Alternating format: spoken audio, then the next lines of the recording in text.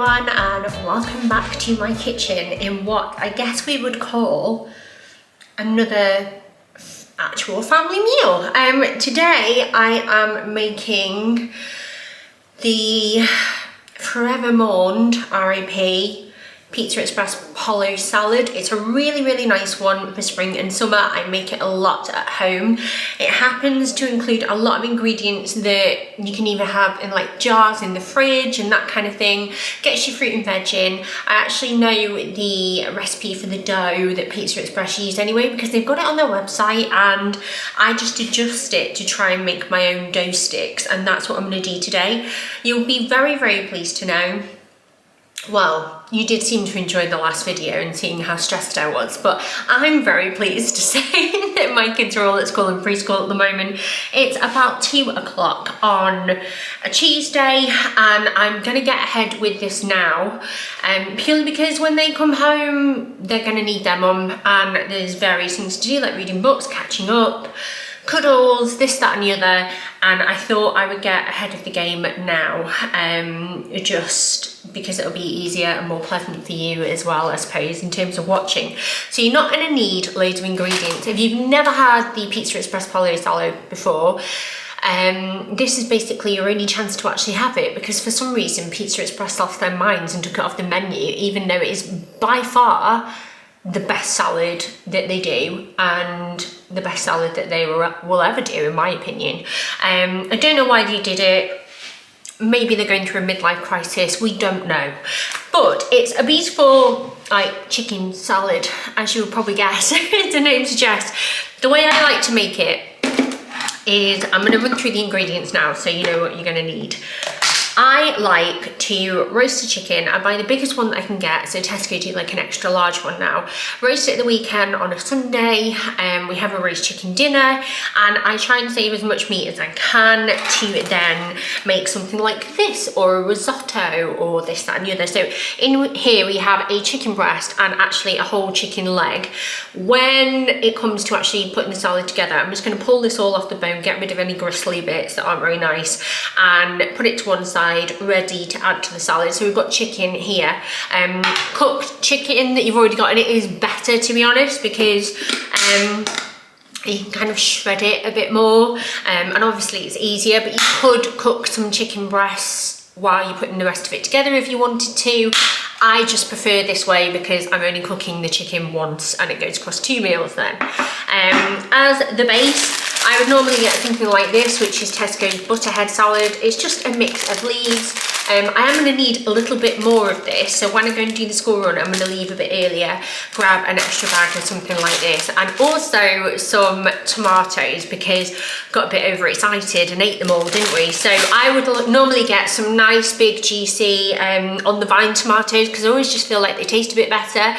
You could use cherry or like baby plum tomatoes if you want to, but I like the big ones, and that is typically what you would have in this dish. Then next up are some more extras. These are Sweety drop peppers, and they are so nice. These are the Cooks & Co brand, and you can pick them up at Tesco. I'm sure you can get them elsewhere as well, it's just where I find them, and I open them up and then I keep them in the fridge and chuck them in salads as and when I need them. So you can see, like, we've already opened these ones. And then the same goes for a jar of Kalamata olives. Now obviously you can buy the ones that are, I suppose, fresh in tubs, but these last longer in your fridge, which again is pretty useful if you're going to make this salad now and again, or you just want to have them in ready to chuck in a salad or something else. So these again are Tesco, and they are pitted. We really like olives in this house, everybody likes them, so you add those in as well. And then goat's cheese. I know that some people won't like goat's cheese. This is a soft goat's cheese, which I generally will just break off bits and pop it in the salad. Now, I know not everybody likes this, so if you're not a goat's cheese fan, you could add some shaved parmesan, you could add some soft cheese even, like a cream cheese or something like that, or even just chunks of cheddar or Roquefort, depending on, like, you could just add a cheese. I really like goat's cheese, and this is a soft one, so obviously I just kind of pull bits off and add it into the salad. So that is what you're gonna need as well.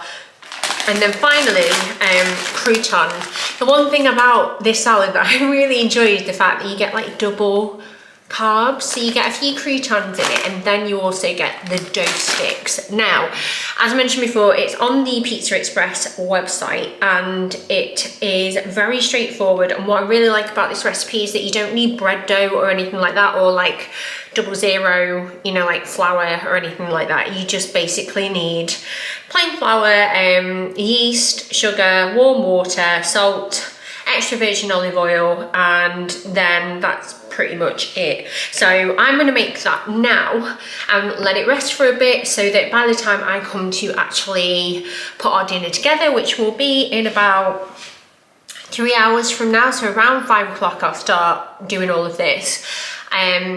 It'll be all ready to go and bake in the oven, and I will show you the technique. But let's make the dough. This is something that you could do ahead of time if you wanted to as well, and then you just know it's done then. You know what I mean? You don't have to worry about it too much. You could do it the night before if you really wanted to. Obviously, like, the longer you leave it to prove, the more it's going to rise, so bear that in mind, because it'll probably get fluffier and fluffier, but it will still taste nice. So I'm just going to get the ingredients together and then we will start making it. So first things first, you're going to need 150 ml of warm water. I'm doubling up, so I have 300 ml here, because obviously there's a few more of us, and then to that you're going to add your yeast. Now I just have dried yeast in all the time, which is going everywhere, but it lasts really well, and it's just handy for doing things like this. So basically, if you were making just enough for 2 people, you would be adding 15 grams of yeast, but because I'm doing double, I'm going to add 30, so we're going to do that first. So yeast is going in. I mean, I know this much is obvious, but it smells proper yeasty, but that is in there. And then to that, you need to activate it with some sugar. I'm just using golden caster sugar here because that's what I have. And you are going to need 1 teaspoon of sugar if you're making the portion for 2, but in this case I'm going to use 2 teaspoons, and then we're gonna give that a little bit of a stir. So I'll bring it up here so you can see, and then generally what you want to do is leave that in somewhere nice and warm for a bit. You know, like by a warm sunny window. There's a spot over by our TV, actually, where the dog is sunbathing on the floor, so I'm gonna go and put it over there and let that do its thing, and then I'm going to measure out the flour and everything ready for later.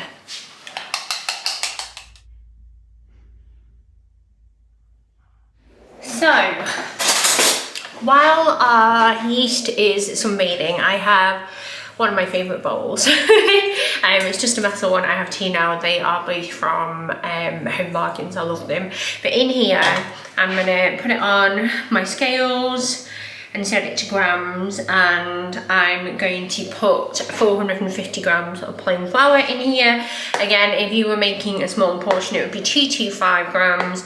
I will leave a link to the recipe down below though, so as not to confuse you, because I know it can be tricky sometimes when people are making double or extra or whatever. It's also worth noting that this recipe tends to be the same for their pizzas, their dough balls you can make at home, but I've adapted it to make dough sticks, and I'm guessing it's going to be a similar type of thing because they seem to use it everywhere, this recipe. So you just need a tiny little bit more, and then basically all you're meant to do is add some salt and make a well in the middle, and then once your yeast has finished sunbathing, you can add that in and start to mix with floured hands. So this is my flour and this is my salt. I have Maldon sea salt. My table salt has run out, so typically I would probably use table salt because it would disperse a little bit better. So I'm just going to crush these flakes in my fingers a little bit in the palm of my hand, just so they go a little bit further initially, and then I'm going to add that to my flour, and then that is kind of it for now. All I really need to do is add the yeast, then I can shape them into the shapes that I want later on and get on with assembling the salad. So the next time after this that you see me might not be as quiet as what it is now. But I always try and do this if I get just the chance, and just prep ahead. Sometimes I do it on my lunch break, sometimes I do it on a spare few minutes when I've got footage exporting and I can't really do anything else to my computer because it'll probably crash. So I just try and always use my time wisely, because I just find it helps in the long run. And yeah, so there's our flour, yeast is over there, and now we wait.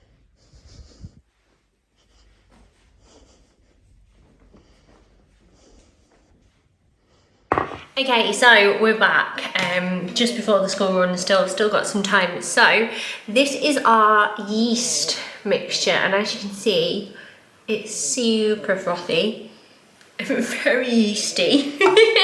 And I'm just gonna adjust the camera so I can show you what I'm doing next. Okay, so we're making a little well like that.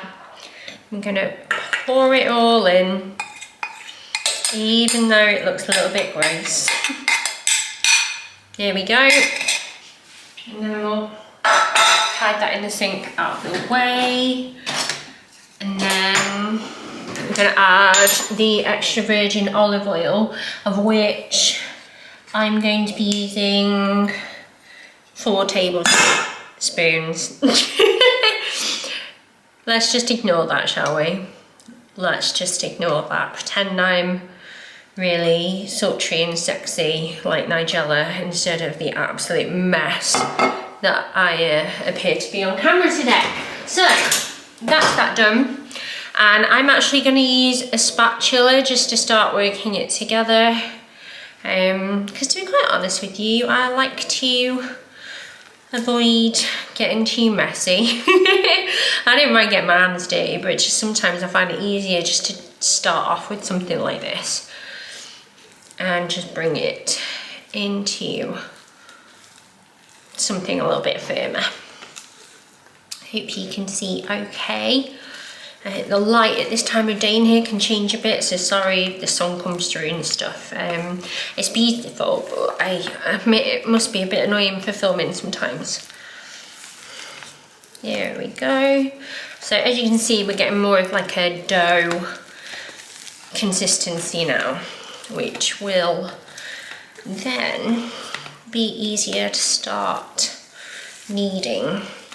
Okay, so I'm going to put that to one side, and then we are going to add some extra flour and start kneading. And at this point I'm going to, oh balls, just dropped my engagement ring in some flour, look at that, and I took it off to protect the bloody thing. Oh my god.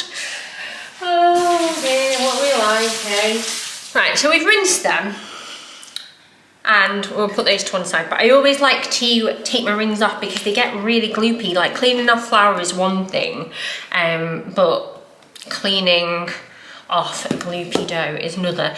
Now, it says to be quite like generous and liberal with your dough, so that's what I'm going to do, because we don't want it sticking. And then we're just gonna take this out and give it a bit of a knead.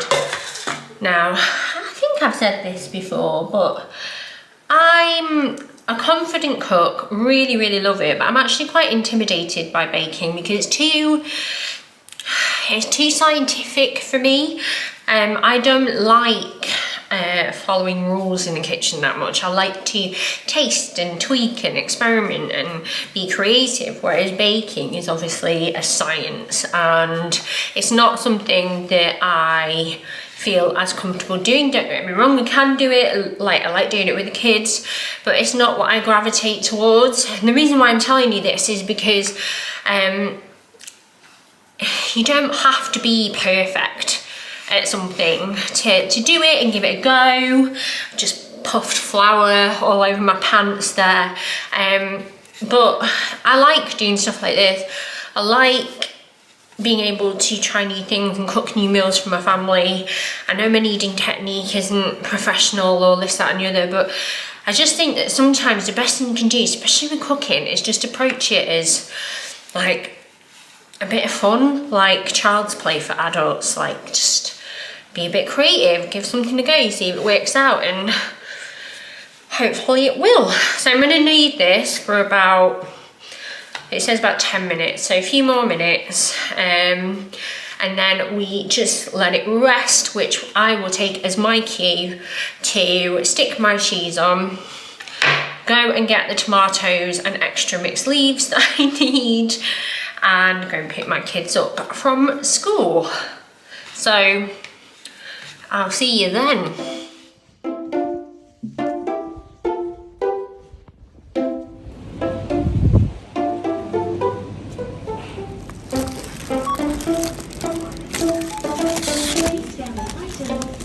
Hello again. So it's now 4:15. Done the school run, I nipped to the shops, I've caught up with the kids, I've made the packed lunches and washed their lunch boxes and stuff. They are all settled. I'm going to do a bit more prep of this, and then I'm going to quickly hoover downstairs and put some washing away, if you must know.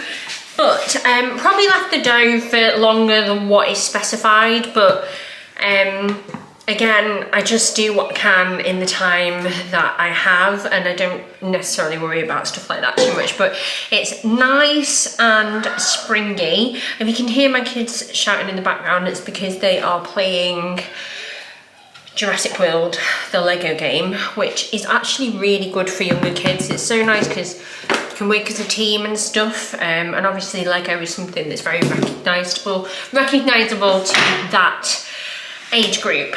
But now I'm just giving this one last sort of knead, and then I'm going to put it into the shape that I want it. And I have 2 lined baking trays over there with like some greaseproof paper, and then just when I've got it into the right shape, I'll go and do the jobs that I need to do, and then come back to dinner, like say in about like an hour at 5:15 or something like that. So this is my dough, and what I'm actually going to do now is separate this into 5, and I will zoom you in and then show you what I'm going to do next.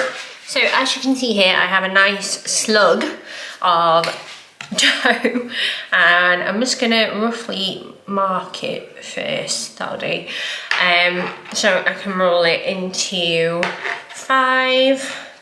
They don't need to be perfect, like if there are some smaller ones that's fine, because at the end of the day, part of our family are children and they eat less than perhaps we do. So this is the dough. At this point you could make pizzas, you can make dough balls, but I'm going to try and make dough sticks. Dough sticks are the only thing that are not on the recipe section of Pizza Express online, but from what I've gathered, you basically, and this is how I do it, squash your dough into somewhat of an oval shape, quite a large one, because they do puff up in the oven, because they're quite thin, like you're making kind of like a flatbread almost.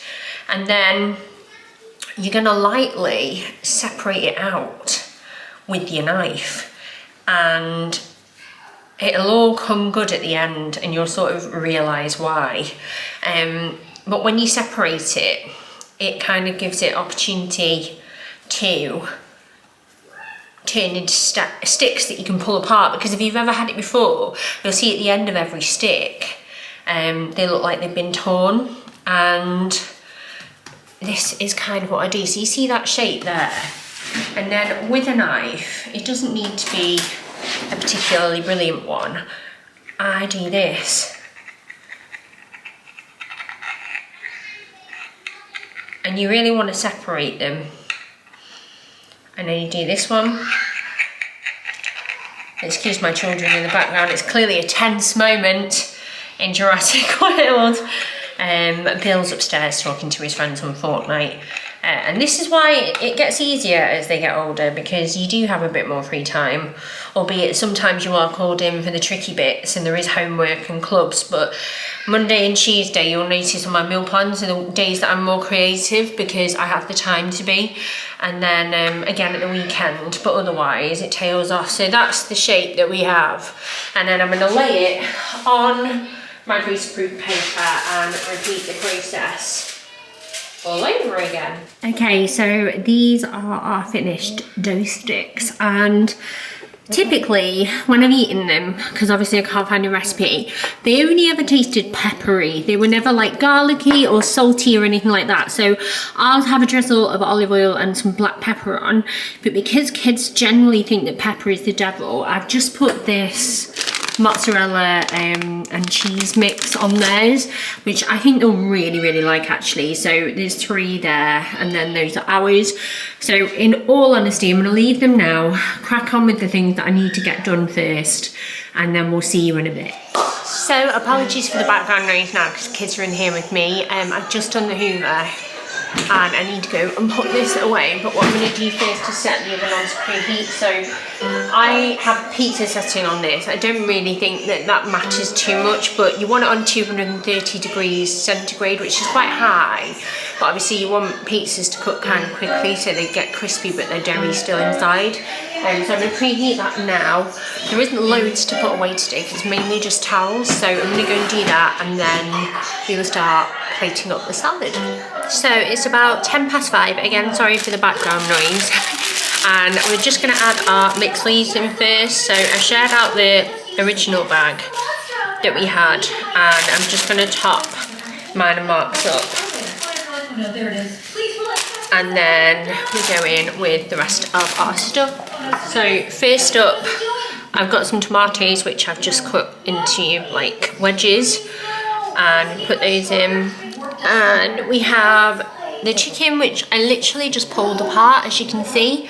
So we're gonna do chunks of chicken everywhere. Okay, so now on to the Sweety drop peppers. And I'm literally just gonna get these out with a spoon. I don't really mind if like the sort of vinegar that they've been in goes in the salad, because it's all flavour. In my opinion, these really make it, so you kind of have to have them, because they just have, if you've had the salad originally, you'll know that they have like a really sweet, like tangy, a little bit of heat flavour to them. And it's just kind of what makes the salad. So now I'm adding the olives, and then now the goat's cheese. The kids won't be having this because I can tell you now they won't like it. We've tried it before actually, so I know they don't like it.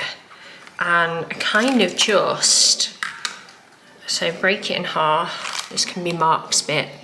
It's not a huge amount. And I literally break it into little morsels. And then finally, just add in a few croutons. I'm going to put these in the middle of the table as well if the kids want to add them, just because I feel like choice is a good thing sometimes. And the last thing that you obviously need is the dressing, but I won't be putting this on until we all get to the table because it stops everything getting soggy. But I use the Pizza Express house light dressing. You can buy like the normal full fat version, if you will, as well, but I prefer the light one. I love dipping my dough sticks into it as well. So I'm going to pop all of these on the table, and I will also show you how I've done the kids as well. So this one is Daisy's, and as Heston Blumenthal would do, I've deconstructed it, mainly because if kids see one thing that they don't like and it's all mixed together, they're less likely to want to eat the rest of it. So Daisy's all right with leaves. She likes cucumber, she likes tomato, she likes cheese, she likes ham, she likes chicken, she likes olives. I'm not sure what she'll feel about these, but that's why we try new things. This one is Bill's, and he will pretty much eat everything, although he doesn't like leaves that much. And then with Stan, he doesn't like tomatoes, and I've not actually even put them on there because he hates them that much that it would just be a fight that I don't want to fight tonight. And then as for the dressing, I will leave it on the table. If they want to add it, as me and Mark will do, and they want to try the flavours all together, then they can do. But if they would rather something like mayo or something different, then they can do that as well, because it's about them enjoying it their way. And that's what I try and do. I'm very like firm that they have to try a bit of everything and this, that and the other, but you know, a sauce is a delicate choice, I think. So that is all of theirs. I'm gonna put it on the table, and then obviously they've got their dough sticks that are nearly ready as well. So this is how we've served everything up. So the kids' food is all like this. We've got salad dressing and mayo, they want it, and then these are their dough sticks. So as you can see, there are gaps where you can just pull them apart and make them into sticks. I've not done it yet because I will burn my hands. And we have some bacon bits if you want to add them, and then a few croutons that are left over that they can add to theirs as well. And then we are just waiting. Hi Merlin. He's alive. It looks like he's not, but he is. We're just waiting for ours to finish because I had 3 trays and I couldn't fit them all in, but we're nearly done. These are our dough sticks now. I'm sat down, I'm gonna put my dressing on in a sec, and the kids are all here as well.